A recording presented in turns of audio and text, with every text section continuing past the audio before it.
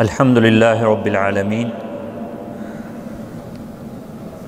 والصلاة والسلام علی رسولہ الامین وعلی آلہ وصحبہ اجمعین اما بعد فاعوذ باللہ من الشیطان الرجیم بسم اللہ الرحمن الرحیم قال اللہ تبارک وتعالی فی کلامہ المجید والفرقان الحمید یا ایہا الذین آمنوا اتقوا اللہ حق تقاتہ ولا تموتن الا وانتم مسلمون واعتصموا بحبل اللہ جميعا ولا تفرقوا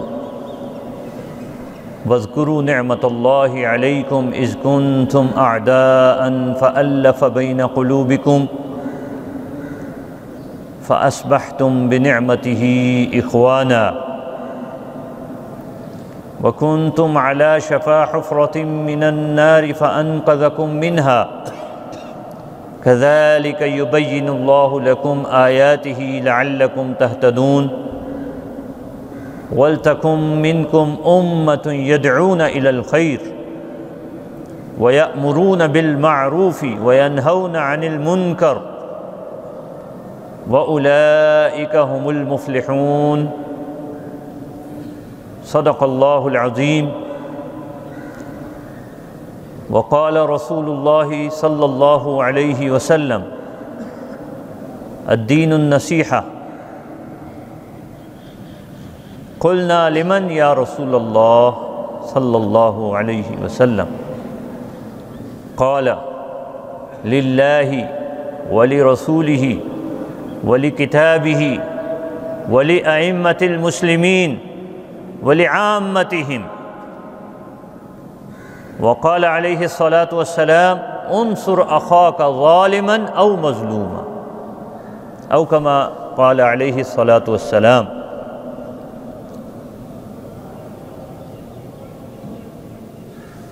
سامعین محترم، شرکائے اعتکاف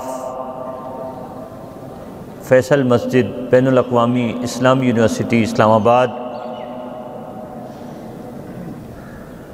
جناب ڈاکٹر محمد ظہیر صاحب، دیگر منتظمین و منسقین و ذمہ داران، سب سے پہلے تو ہم اللہ تعالیٰ کا شکر ادا کرتے ہیں کہ اس نے ہمیں ایک ایسی امت کا حصہ بنایا، امت مسلمہ جو امت واحدہ ہے۔ ان ھذہ امتکم امۃ واحدہ، بے شک یہ تمہاری امت ایک امت ہے، ہم سب ایک امہ ہیں، جسد واحد کی طرح ہیں، اور یہ بہترین امت ہے، یہ امت وسط ہے۔ وَكَذَلِكَ جَعَلْنَاكُمْ أُمَّةً وَسَطًا، کہ ہم نے تمہیں امت وسط بنایا، درمیانی امت، اعتدال پر قائم امت، جس میں نہ افراط ہے نہ تفریط ہے، نہ حد اعتدال سے بڑی ہوئی چیزیں ہیں نہ حد اعتدال سے کم کوئی چیز ہے، اعتدال پر مبنی ہے۔ یہ بہترین امت ہے، یہ امت واحدہ یا امت وسط، اور یہ بہترین امت ہے۔ کنتم خیر امۃ اخرجت للناس، تم بہترین امت ہو جو انسانوں کے لیے برپا کیے گئے، اور کرنا کیا ہے؟ تأمرون بالمعروف وتنہون عن المنکر وتؤمنون باللہ، کہ تم نیکی کا حکم دو گے، برائی سے روکو گے، اور اللہ پر بھروسہ رکھو، اللہ پر ایمان، اللہ پر بھروسہ، اور اللہ ہی کے ساتھ تعلق۔ یہ امر بالمعروف اور نہی عن المنکر جس امت کا وظیفہ قرار دیا گیا ہے، اس امت کے اوصاف جو گنوائے گئے ہیں، جو اس کی امتیازی شان بیان کی گئی ہے، یہ ہماری موٹیویشن کے لیے، یہ اس لیے نہیں ہے کہ ہم اپنے فرض سے کوتاہی برتیں۔ عام طور پر ہم اپنی سوسائٹی میں اس کا جائزہ لیتے ہیں، دنیا میں بھی ہمیں بعض اوقات ایسے مشاہدات کا سامنا کرنا پڑتا ہے کہ جب کسی کو ایک اسٹیٹس مل جاتا ہے، کوئی ایک مقام مل جاتا ہے، کوئی حیثیت مل جاتی ہے، تو وہ اپنے فرائض منصبی سے غفلت برتنے لگ جاتا ہے۔ اگرچہ یہ اصول نہیں ہے، لیکن ہم اپنے معاشرے میں ایسا دیکھتے ہیں۔ لیکن جس طرح شاعر نے کہا، جن کے رتبے ہیں سوا، ان کی سوا مشکل ہے۔ تو یہ امت واحدہ، یہ امت مسلمہ، یہ امت وسط، یہ خیر امت، یہ امت محمد صلی اللہ علیہ وسلم، اسے جو مقام بلند عطا فرمایا گیا، اسے جو حیثیت اور شناخت دی گئی، ساتھ ہی اس کا مقصد بھی بتلا دیا گیا کہ اس کا مقصد یہ نہیں ہے کہ آپ دنیا پر دھونس اور دھاندلی اور اپنا لوگوں کے اوپر اپنا رعب جماؤ، یہ مقصد نہیں ہے۔ ہاں، دین کی خاطر آپ نے اپنی بات کرنی ہے، دین پیش کرنا ہے، دین کی نمائندگی کرنی ہے۔ ہر مسلمان ان آیات کی روح سے دین کا ریپریزنٹیٹیو ہے، دین اسلام کا نمائندہ ہے۔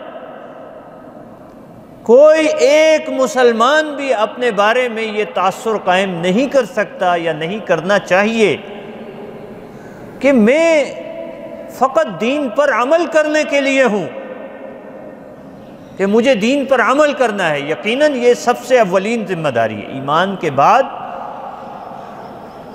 قرآن حکیم کی رہنمائی یہی ہے کہ ایمان کے بعد عمل صالح کا نمبر ہے۔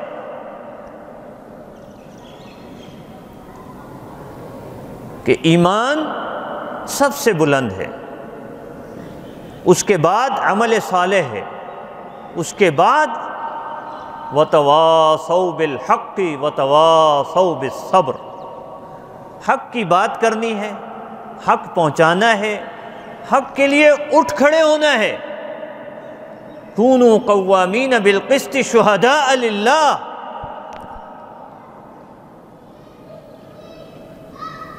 کہ اللہ واسطے کے علم بردار بنو، اللہ کے دین کے علم بردار بنو، اور عدل اور انصاف کے علم بردار بنو، اور اللہ کے دین کے گواہ بنو۔ تو قرآن حکیم میں مسلمانوں کے فرائض کی طرف متوجہ کرنے کے لیے جو الفاظ استعمال ہوئے ہیں، ان میں ایک امر بالمعروف اور نہی عن المنکر ہے، کہ نیکی کا حکم دو، برائی سے روکو، اور دوسرے ہے شہادت علی الناس، شہادت علی الناس، وَكَذَلِكَ جَعَلْنَاكُمْ أُمَّةً وَسَطًا لِتَكُونُوا شُهَدَاءَ عَلَى النَّاسِ وَيَكُونَ الرَّسُولُ عَلَيْكُمْ شَهِيدًا، ہم نے تمہیں امت وسط بنایا ہے تاکہ تم لوگوں پر گواہ بن جاؤ، شہادت کا فرض انجام دو، دین کی گواہی ان کے سامنے پیش کرو، جیسا کہ رسول اکرم صلی اللہ علیہ وسلم تم پر گواہ ہوئے، ہم پر گواہ ہوئے۔ تو یہ فرض مسلمانوں کو رسول اکرم صلی اللہ علیہ وسلم کی نیابت میں عطا ہوا ہے، پوری امت کو،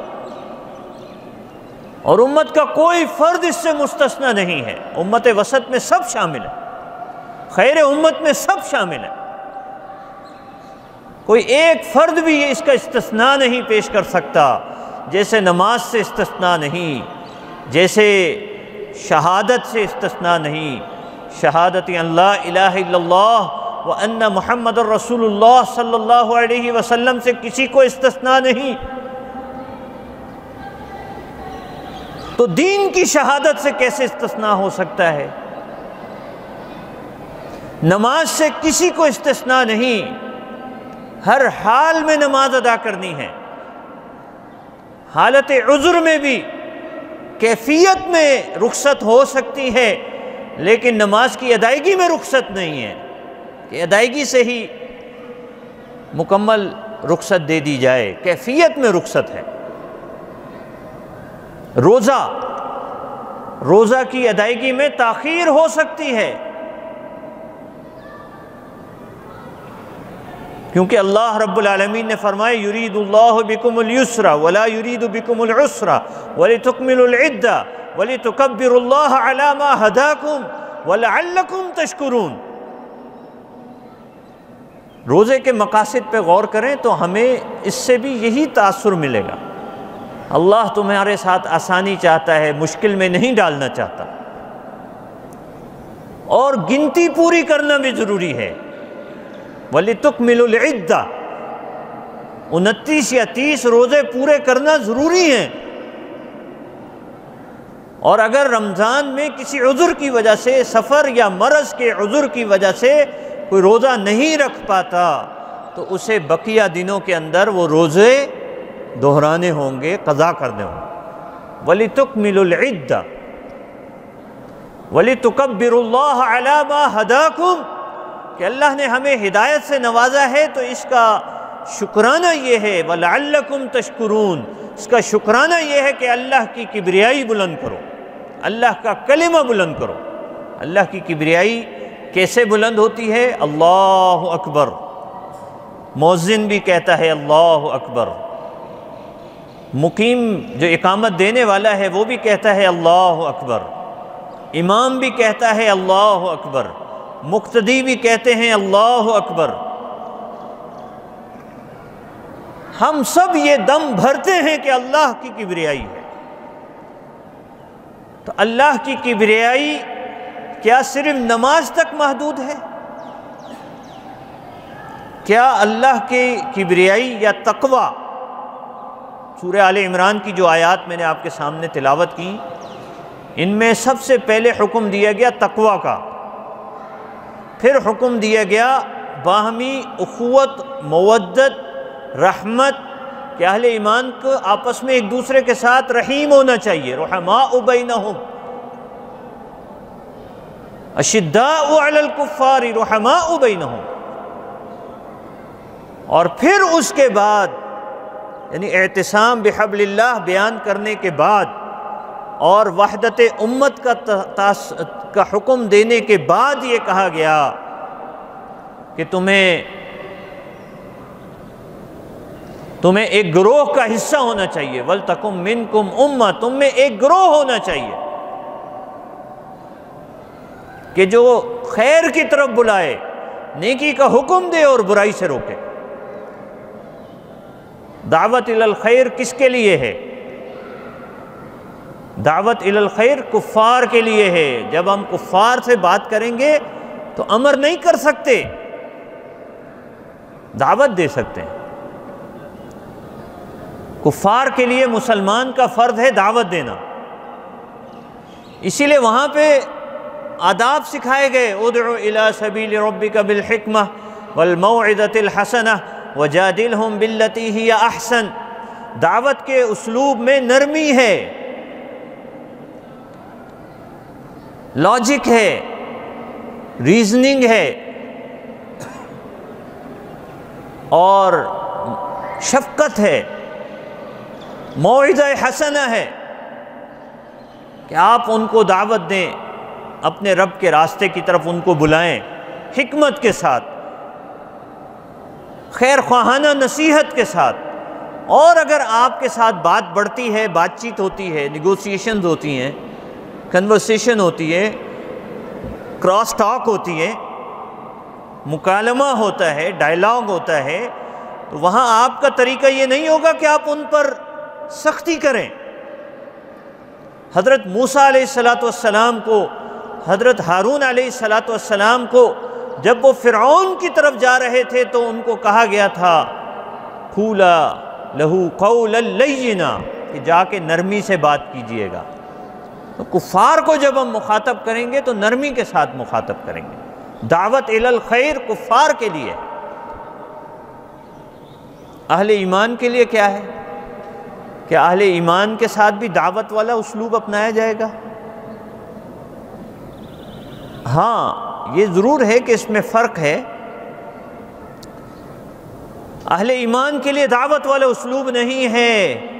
یاد رکھیے، اہل ایمان کے لیے قرآن حکیم کی رہنمائی یہ ہے کہ اہل ایمان کو جب ہم مخاطب کریں گے تو امر کریں گے، امر بالمعروف اور نہی عن المنکر کریں گے، نیکی کا حکم دیں گے اور برائی سے روکیں گے۔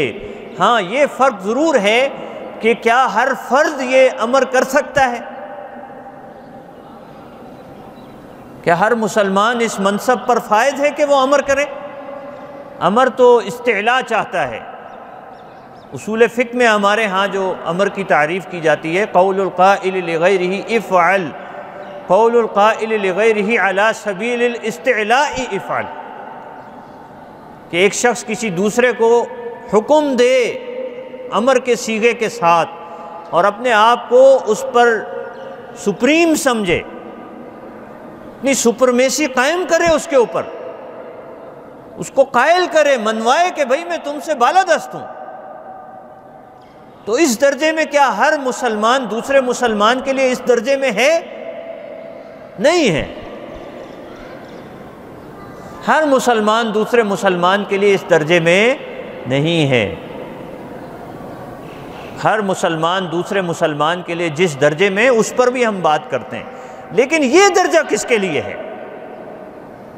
یہ درجہ ہے ہمارے اصحاب اختیار کے لیے، اولی الامر کے لیے ہے، جن کی اطاعت کے ہم پابند ہیں۔ اگر وہ معروف میں ہمیں اطاعت کریں گے تو ہم ان کے پابند ہیں۔ اولی الامر، اصحاب اختیار، ارباب اقتدار، کسی بھی سطح کے ہوں، جس کے پاس جس درجے کا بھی اختیار ہے وہ امر کر سکتا ہے، کرنا چاہیے اس کو امر، اس نے امپلیمنٹ کرنا ہے۔ قرآن حکیم میں اللہ رب العالمین نے امر بالمعروف اور نہی عن المنکر کو حکمرانوں کا فرض منصبی قرار دیا ہے۔ حکمرانوں کے لیے یہ جو ہے وہ ایسا نہیں ہے کہ وہ آپشنل ہو ان کے لیے، کہ حکمران بھی امر بالمعروف اور نہی عن المنکر کریں، آپشنل ہے ان کے لیے۔ آپشنل تو مسلمانوں کے لیے بھی نہیں ہے۔ ہاں، اس کے درجے میں فرق ہو سکتا ہے، آپشنل کسی کے لیے بھی نہیں ہے، لیکن حکمرانوں کے لیے تو امر کا جو سب سے بلند درجہ ہے، امر بالمعروف اور نہی عن المنکر کا، وہ اس درجے کے مکلف ہیں۔ وہ اگر نہیں کر رہے تو یہ ان کی کوتاہی ہے، اللہ کے ہاں مسئول ہے۔ الا کلکم راع ومسئول عن رعیتہ، اللہ کے رسول صلی اللہ علیہ وسلم نے ہر مسلمان کے بارے میں یہ بات ارشاد فرمائی کہ تم میں سے ہر شخص نگہبان ہے، چرواہے کی طرح۔ رائی چرواہے کو کہتے ہیں، شیفرڈ، بکریاں چرانے والے کو رائی کہتے ہیں، اور رائی نگران کو کہتے ہیں، نگہبان کو کہتے ہیں۔ جیسے ایک جانوروں کو چرانے والا جیسے ان کا کیئر ٹیکر ہوتا ہے، ان پر نظر رکھتا ہے، ان پر رحمت بھی کرتا ہے، ان پر شدت بھی برتتا ہے، اسی طرح ایک مسلمان کو اپنے ماتحت افراد کے لیے اسی طرح ہونا چاہیے جیسے جانوروں کو چرانے والا جو چرواہا ہے وہ نگران ہوتا ہے۔ اور یہ آسان کام نہیں ہے جو مثال یہاں پر دی گئی ہے، یہ مثال اس بات کا ثبوت ہے کہ یہ آسان کام نہیں ہے، یہ بہت بڑی کھکیڑ ہے، یہ بہت بڑی منصب بھی ہے، لیکن امتحان بھی ہے، آزمائش بھی ہے۔ نبی اکرم صلی اللہ علیہ وسلم نے ہمیں یہ بات سکھائی اور سمجھائی کہ ہر شخص تم میں سے نگہبان ہے اور اپنی رعیت کا اس سے پوچھا جائے گا، سوال ہوگا ہم سے کہ روز قیامت پوچھا جائے گا کہ ہم نے اپنی رعیت کے لیے کیا کیا۔ امام جو ہے، حکمران جو ہے، وہ اپنی رعیت کا سوال اس سے کیا جائے گا۔ یہ آج جو عہدوں کے پیچھے بھاگنے والے لوگ ہیں، منصب کے پیچھے بھاگنے والے لوگ ہیں، اس کے لیے لڑنے الجھنے اور جھگڑے کرنے والے لوگ ہیں، اگر یہ بات اس بات کو اس سینس میں سمجھ لیں کہ یہ منصب ایک بہت بڑی آزمائش ہے، یہ پھولوں کا سیج نہیں ہے، تو شاید وہ منصب کی طلب کبھی بھی نہ کرے۔ امیر المؤمنین سیدنا ابو بکر صدیق رضی اللہ تعالی عنہ، سیدنا عمر بن خطاب رضی اللہ تعالی عنہ، سیدنا عثمان بن عفان رضی اللہ تعالی عنہ، سیدنا علی بن ابی طالب رضی اللہ تعالی عنہ، ان خلفاء نے جب منصب خلافت لیا تو کیا انہوں نے اس کو بہت ہلکا لیا؟ ان کی تو جان چلی گئی اس پر۔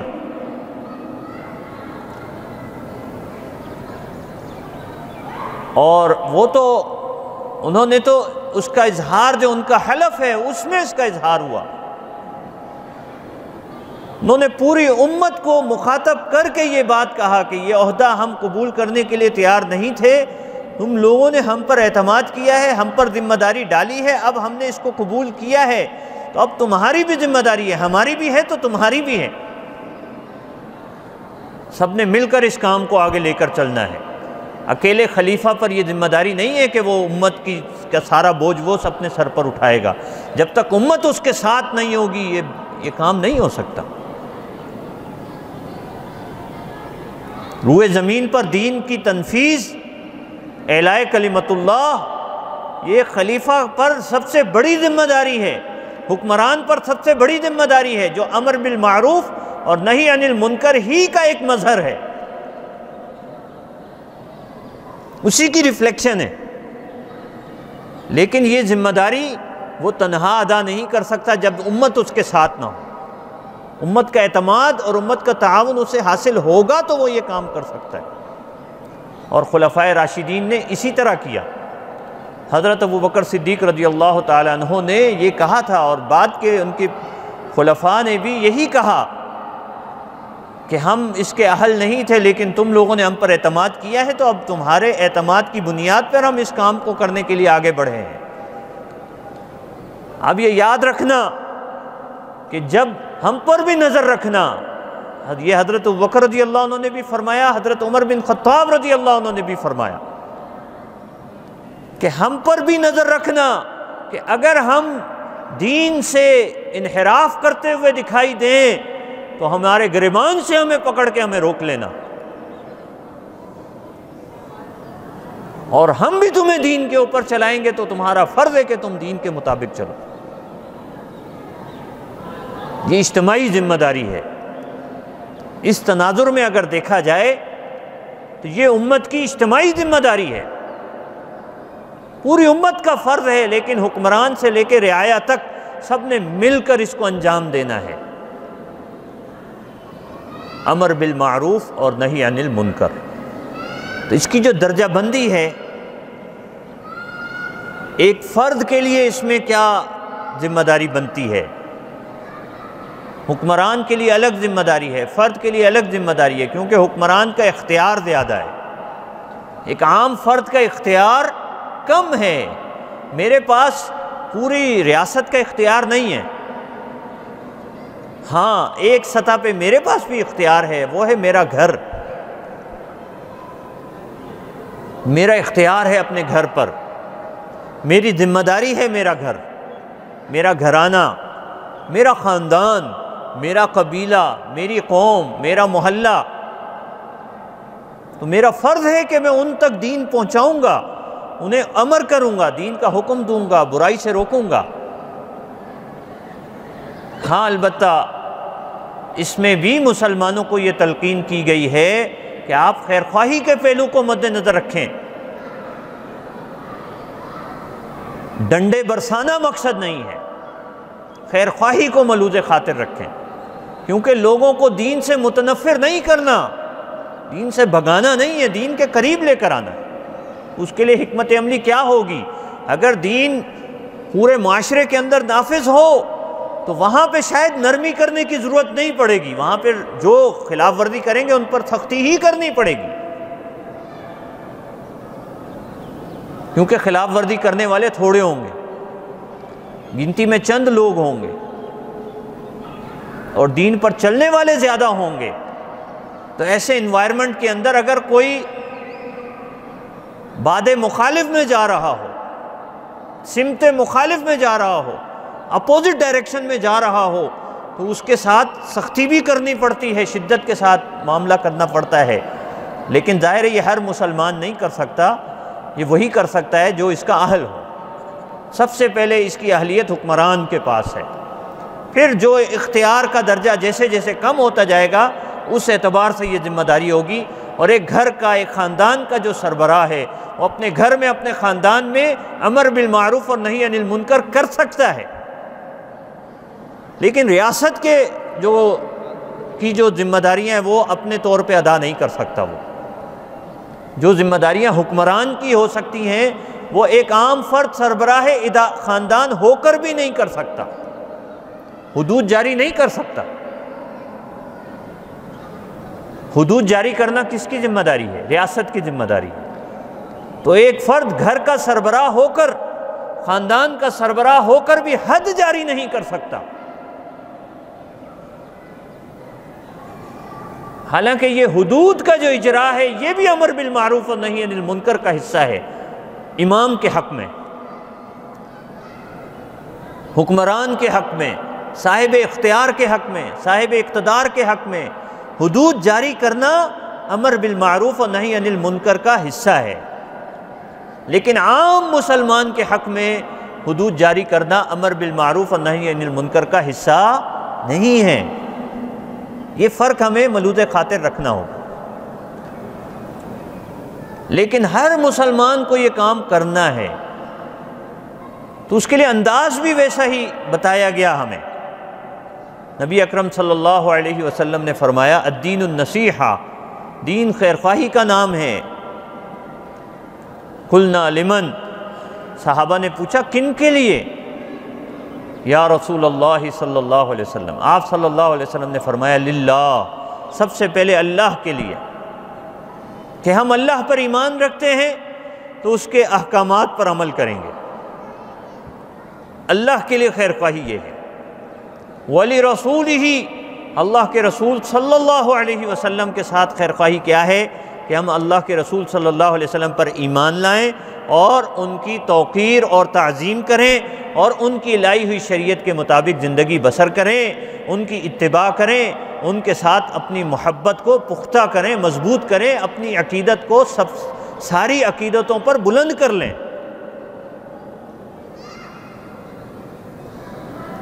اللہ کی کتاب کے ساتھ خیر خواہی کیا ہے؟ وہ خیر خواہی اللہ کی کتاب کے لیے خیر خواہی یہ کہ اللہ کی کتاب پر ایمان لایا جائے، اللہ کی کتاب پر ایمان لانے کے علاوہ اس کا فہم حاصل کیا جائے، اس کو پڑھنا سیکھا جائے، اس کی تلاوت کی جائے، اس کا فہم حاصل کیا جائے، اس پر عمل کیا جائے، اس کو نافذ کیا جائے، اس کو زندگی کا جیتا جاگتا نظام بنایا جائے، اس کو ریاست کا نظام بنایا جائے۔ یہ کتاب کے ساتھ خیر خواہی ہے۔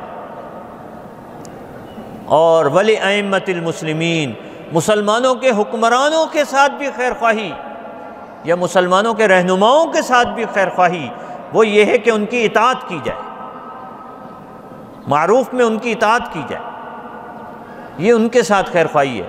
اور اس کے ساتھ ساتھ ان کو اگر وہ معروف سے ہٹ رہے ہیں، منکر کی طرف جا رہے ہیں تو ان کو پکڑا جائے، ان کو جھنجھوڑا جائے، ان کو روکا جائے۔ اسے افضل جہاد قرار دیا گیا۔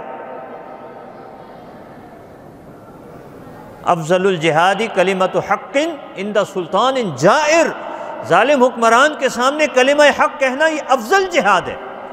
یہ امام ابو حنیفہ رحمۃ اللہ علیہ نے یہ جہاد انجام دیا، یہ امام مالک رحمۃ اللہ علیہ نے یہ جہاد انجام دیا، یہ جہاد امام احمد بن حنبل رحمۃ اللہ علیہ نے انجام دیا، یہ امام شافعی رحمۃ اللہ علیہ نے یہ جہاد انجام دیا، تمام ائمہ کرام فقہ کے ائمہ نے یہ جہاد انجام دیا، حکمرانوں کے سامنے کلمہ حق کہا، جیلوں میں گئے، کوڑے بھی کھائے انہوں نے، لیکن اس فرض سے پیچھے نہیں ہٹے۔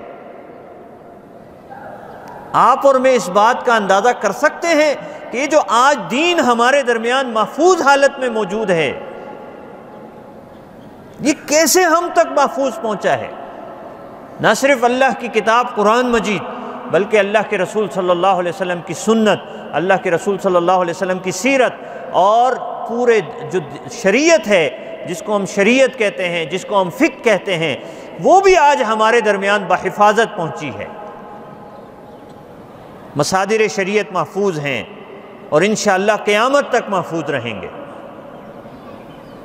اس کی وجہ یہ ہے کہ ہمارے ان ائمہ نے، فقہاء نے سختیاں برداشت کی ہیں، حکمرانوں کے آگے ڈٹ کر کھڑے ہوئے ہیں، امر بالمعروف اور نہی عن المنکر حکمرانوں کے سامنے کیا انہوں نے، اس سے گھبرائے نہیں ہے، پیچھے نہیں ہٹے وہ۔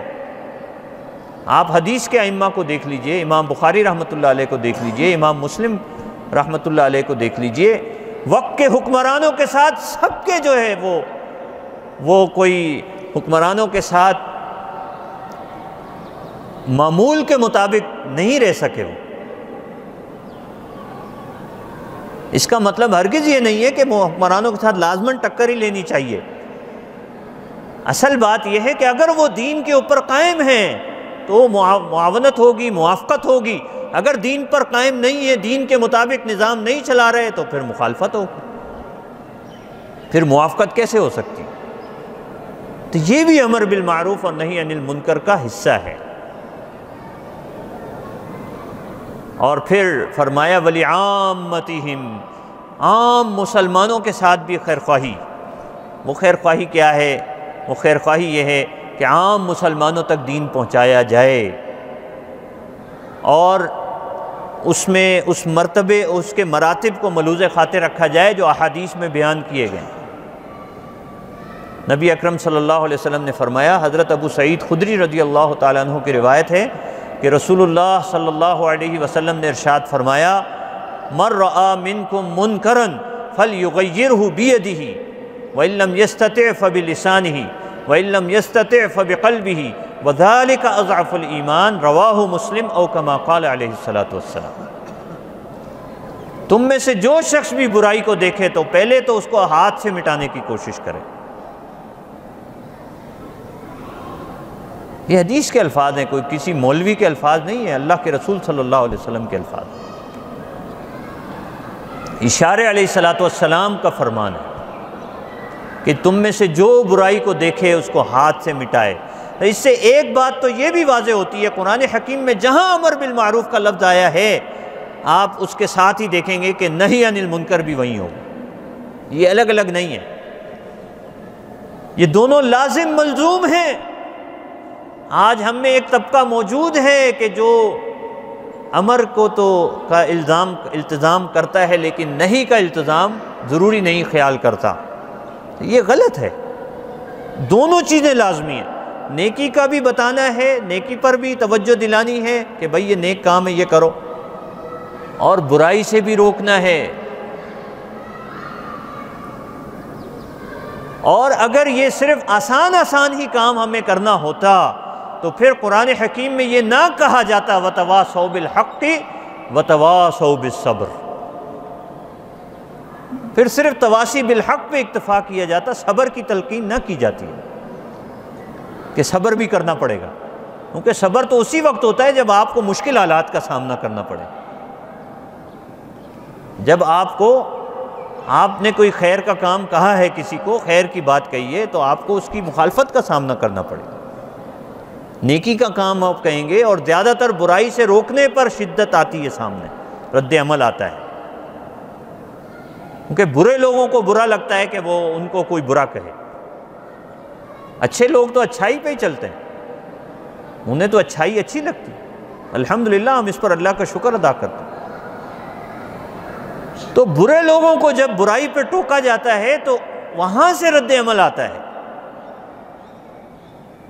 اسی لیے کہا گیا ہے وَتَوَاصَوْا بِالْحَقِّ وَتَوَاصَوْا بِالصَّبْرِ، کہ حق کی تلقین کرو اور صبر کی تلقین کرو، کیونکہ جب تم حق کی تلقین کرو گے تو مخالفت کا سامنا کرنا پڑے گا، تو پھر صبر سے کام لینا ہے، ڈٹے رہنا ہے، جم جانا ہے، پیچھے نہیں ہٹنا۔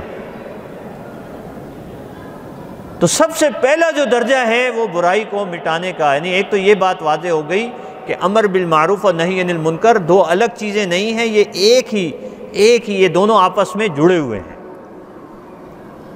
اور دوسرا یہ معلوم ہو گیا کہ اس کے بھی رتبے ہیں، برائی سے اگر روکنا ہے تو اس میں سب سے پہلے اس کو قوت کے ساتھ روکا جائے گا۔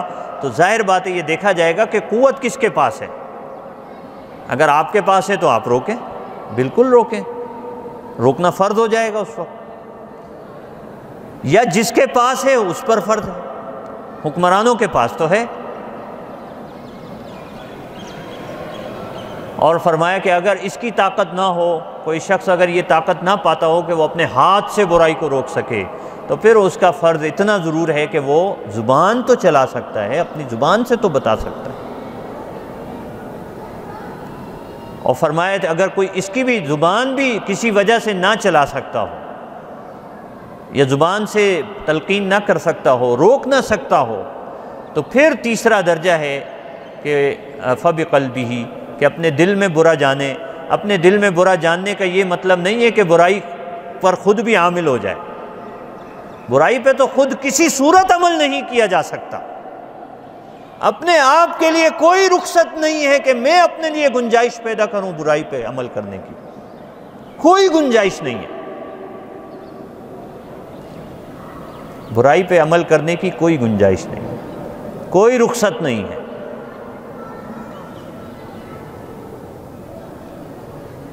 ہاں یہ ضرور ہے کہ برائی سے روک نہیں سکتے تو خود اپنے آپ کو بچا کے رکھیں، کیونکہ بنی اسرائیل کے دو طبقے عذاب سے دوچار ہوئے، ایک وہ جو خود برائی میں ملوث تھے، اور دوسرے وہ جنہوں نے ان کو نہیں روکا۔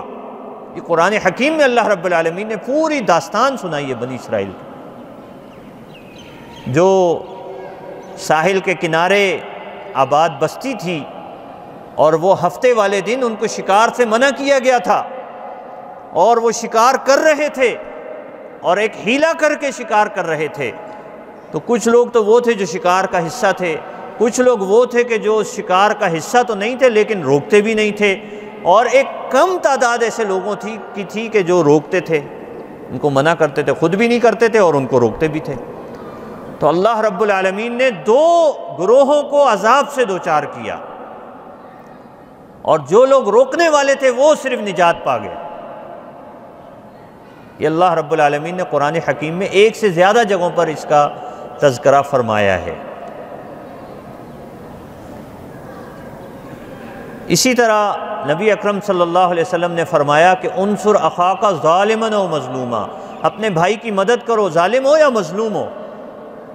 مظلوم کی مدد تو سمجھ میں آتی ہے، ظالم کی مدد کیا ہے؟ ظالم کو ظلم سے روکنا اس کی مدد ہے۔ تو ظالم کو ہم ظلم سے روکیں گے تو یہ برائی سے ہی روکنا ہے نا۔ اس لیے برائی سے روکنا، امر بالمعروف بھی اور نہی عن المنکر بھی، یہ مسلمانوں پر لازم ہے، ہر مسلمان پر لازم ہے۔ اس کے درجے ہیں، اس کی کیٹیگریز ہیں، مراحل ہیں، اور جس کا جتنا اختیار ہے اس اعتبار سے یہ ذمہ داری ہے۔ لیکن یاد رکھیے یہ اجتماعی ذمہ داری ہے۔ اگر ہم میں سے کوئی طبقہ اس سے الگ ہو جاتا ہے تو حدیث میں اس کا بھی انجام بتا دیا گیا ہے۔ بس یہ حدیث آپ کے سامنے بیان کر کے اپنی بات ختم کروں گا، اور پھر آپ اگر کوئی سوال کرنا چاہیں تو آپ سوال کر سکتے ہیں۔ نبی اکرم صلی اللہ علیہ وسلم نے ایک روایت کے اندر، ایک تو وہ میں وضاحت کر دیتا ہوں کہ جو بنی اسرائیل والی جو بات ہے وہ سورہ مائدہ کی آیت نمبر 78 اور 79 میں بیان کی گئی ہے۔ اسی طرح نبی اکرم صلی اللہ علیہ وسلم نے فرمایا کہ اللہ کی قسم جس کے قبضے میں میری جان ہے، تم نیکی کا حکم دیتے رہو گے، برائی سے روکتے رہو گے، اور قریب ہے کہ اللہ تعالیٰ تم پر ایک ایسا عذاب لے آئے، ایسی سزا تم کو دے کہ تم اللہ سے دعائیں بھی مانگو تو وہ قبول نہ ہوں۔ یہ ترمذی کی روایت ہے حضرت حذیفہ رضی اللہ تعالیٰ عنہ سے، اور اس میں جو بات کہی گئی ہے وہ یہ ہے کہ اگر ہم اس کام کو چھوڑ دیتے ہیں، امت اجتماعی طور پر یہ کام چھوڑ دیتی ہے، ہر فرد اس کی ذمہ داری محسوس نہیں کرتا، تو اس کا نتیجہ یہ نکلے گا کہ پھر ہماری دعائیں بھی رد کر دی جائیں گی، قبول نہیں ہوں گی۔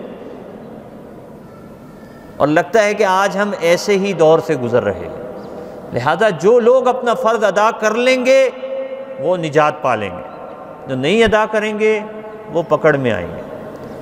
اور دوسری حدیث جو حضرت نعمان بن بشیر رضی اللہ تعالیٰ عنہ سے صحیح بخاری میں ہے کہ نبی اکرم صلی اللہ علیہ وسلم نے فرمایا کہ جو لوگ اللہ کی حدود پر قائم رہنے والے ہیں، اور وہ لوگ کہ جو ان حدود کو پھلانگتے ہیں، تو اللہ کی حدود کب نافذ ہوتی ہیں؟ جب برائی ہوتی ہے تو اللہ کی حدود بھی آتی ہے۔ تو نبی اکرم صلی اللہ علیہ وسلم نے فرمایا اس کی مثال ایک کشتی کی سی ہے کہ کشتی پر سوار لوگوں نے قرع ڈالا، اور کچھ لوگوں نے طے کیا کہ ہم اوپر رہیں گے اور کچھ لوگوں نے طے کیا کہ ہم نیچے رہیں گے۔ تو کچھ کو اوپر والا حصہ ملا، کچھ کو نچلا حصہ ملا۔ تو جو نیچے والے لوگ تھے، اوپر والے جو لوگ تھے، ان کو جب پانی کی ضرورت پڑتی،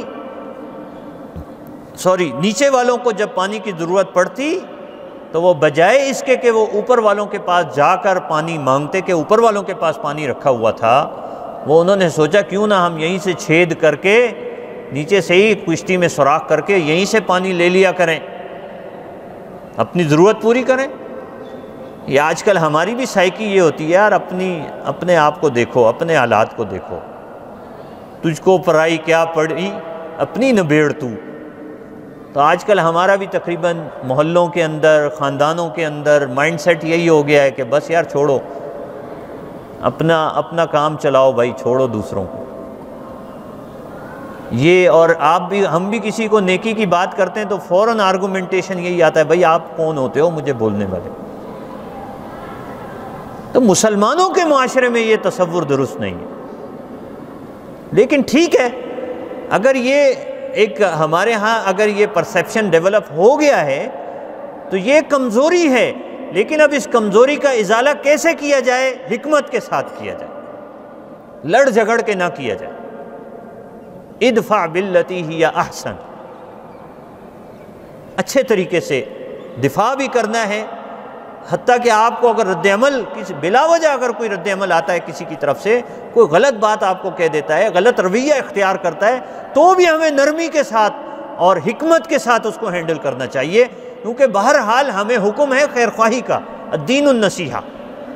تو امر بالمعروف اور نہی عن المنکر عام مسلمانوں کے لیے بہتر یہی ہے کہ وہ اس کام کو اچھے انداز میں کریں، احسن طریقے سے کریں، احسن انداز میں کریں، خیر خواہی کے جذبے کے ساتھ کریں، موعظہ حسنہ کے ساتھ کریں۔ اگرچہ یہ حکم تو ہمیں کفار کے ساتھ ہے کہ ہمیں ان کے ساتھ اس طرح سے ڈیلنگ کرنی ہے، لیکن ہم جس معاشرے میں اب جی رہے ہیں، اس معاشرے میں ہم یہ سمجھ سکتے ہیں کہ اس وقت ہم دین کی بھی کوئی بات کرتے ہیں تو لوگ ہم سے اس کی لاجک مانگتے ہیں، ہم سے ریزننگ کرتے ہیں، کراس کوشچننگ کرتے ہیں، اور ایک طبقہ ایسا بھی پیدا ہو گیا ہمارے معاشرے میں کہ جو دین کو قبول کرنے کے لیے آسانی سے تیار نہیں ہے۔ تو وہاں آپ کیسے سختی سے بات کر سکتے ہیں؟ وہاں تو ان کو اپیل کرنا ہوگا، قائل کرنا ہوگا، نرمی سے بات کرنی ہوگی، ان کے دلوں کو آمادہ کرنا ہوگا، ترغیب پیدا کرنی ہوگی۔ نبی اکرم صلی اللہ علیہ وسلم نے فرمایا بشروا ولا تنفروا، یسروا ولا تعسروا، آسانیاں پیدا کرو، مشکلوں میں نہ ڈالو، لوگوں کو قریب لانے کے لیے ان کو خوشخبریاں دو، ان کو متنفر نہ کرو۔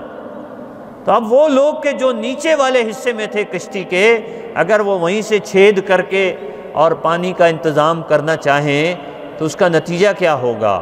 تو اگر اوپر والے کہیں کہ ٹھیک ہے ان کو کرنے دو یار، جو بھی کرتے ہیں کرنے دو، ان کو اگر نہ روکیں تو نتیجہ کیا نکلے گا؟ سارے غرق ہو جائیں گے۔